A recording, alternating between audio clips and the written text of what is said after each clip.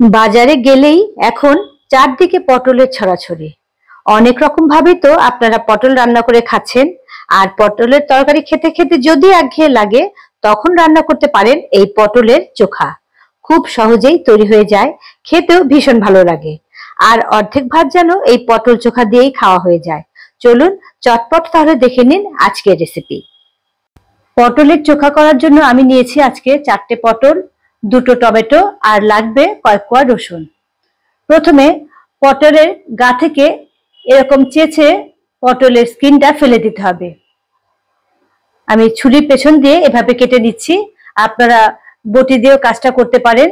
পটলের খোসা কিন্তু ফেলা যাবে না, খোসাটাকে এভাবে চেঁচে নিতে হবে। দেখুন আমি এভাবে পুরো পটলের খোসা চেঁচে দিয়েছি। তারপরে পটলের বোটাগুলো ফেলে দিলাম। এভাবে 4টে পটলই কেটে নেব। আর তার আগে আমি প্রত্যেকটা পটলের মাঝখানটাতে এভাবে একটু চিড়ে চিড়ে দিচ্ছি। দুটো টুকরো করে ফেলছি না কিন্তু, যাতে পটলটা তাড়াতাড়ি সেদ্ধ হয় এবং ভেতর পর্যন্ত সেদ্ধ হয়ে যায়। এখন এই পটলগুলো আমি ভালো করে ধুয়ে নেব। টমেটো ধুয়ে নিলাম। এখন একটা প্রেসার কুকার নিয়ে আমি তাতে পটল দিয়ে দিলাম। আর টমেটোটা পেছনে আমি এভাবে একটু চিড়ে দিচ্ছি যাতে টমেটোটা তাড়াতাড়ি সেদ্ধ হয়ে যায়। দিয়ে দিলাম 7-8 কোয়া রসুন আর ঝাল অনুযায়ী 3-4টে কাঁচা লঙ্কা। কোন রকম জল দেব না কিন্তু, বা কোন রকম তেলও আমি এখন দেব না। প্রেসার কুকারের ঢাকনা লাগিয়ে দিলাম। এবার গ্যাসে বসিয়ে দেব আর লো ফ্লেমে এটাকে আমি হতে দেব 12 থেকে 15 মিনিট। ফিরে এলাম 15-20 মিনিট পর। প্রেসার কুকারটা আমি গ্যাস থেকে নামিয়ে নিয়েছি। দেখুন পটল এবং টমেটো সুন্দর নরম হয়ে গেছে। এবারে এগুলোকে একটা বোলের মধ্যে ঢেলে দিলাম। আলু পটল প্রচন্ড গরম, তাই এগুলোকে একটু ঠান্ডা করে নেব। একটু ঠান্ডা হয়ে গেছে। এখন টমেটোর স্কিনগুলো ফেলে দিচ্ছি।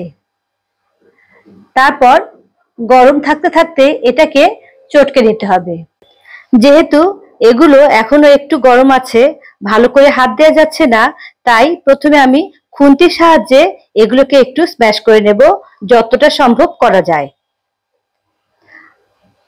আর এভাবে স্ম্যাশ করতে করতে বেশ কিছুটা ঠান্ডা হয়ে গেছে। এখন আমরা যেহেতু বাঙালি, তাই যতই হাতা খুন্তি ছুরি ব্যবহার করি না কেন, সবশেষে হাত ব্যবহার না করলে যেন সে তৃপ্তি আসে না।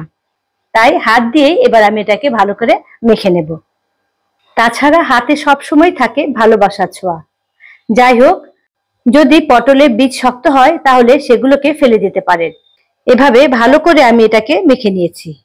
এখন আমি এর মধ্যে দিচ্ছি স্বাদ মতো নুন, বেশ কিছুটা পেঁয়াজ কুচি, পেঁয়াজগুলোকে যতটা সম্ভব ছোট করে কেটে নিয়েছি, আর দিয়ে দিলাম বেশ কিছুটা সর্ষের তেল। ভালো করে এবারে আমি এটাকে মিশিয়ে নেব। রেডি হয়ে গেল পটলের চোখা। আপনারা আরেকভাবেও কিন্তু এটাকে খেতে পারেন। টমেটো পটল ভালো করে মেখে নেবার পর কড়াইতে সর্ষের তেল গরম করে তাতে কালো জিরে ফোড়ন দিয়ে পেঁয়াজ ও রসুন কুচি হালকা ভেজে এই পটল মাখা দিয়ে কষিয়ে নেবেন পরিমাণ মতো নুন দিয়ে। যেভাবে আপনাদের খেতে ভালো লাগে সেভাবেই খেতে পারেন। রেডি হয়ে গেল পটল চোখা বা পটল ভর্তা। সার্ভ করার জন্য একদম রেডি। একঘেয়ে পটলের সাথে বৈচিত্র্য আনতে এই রান্নার জুড়িমেলা ভার। যারা আগে কখনো এভাবে পটল চোখা খাননি, তারা অন্তত একবার রেসিপিটা ট্রাই করতে পারেন।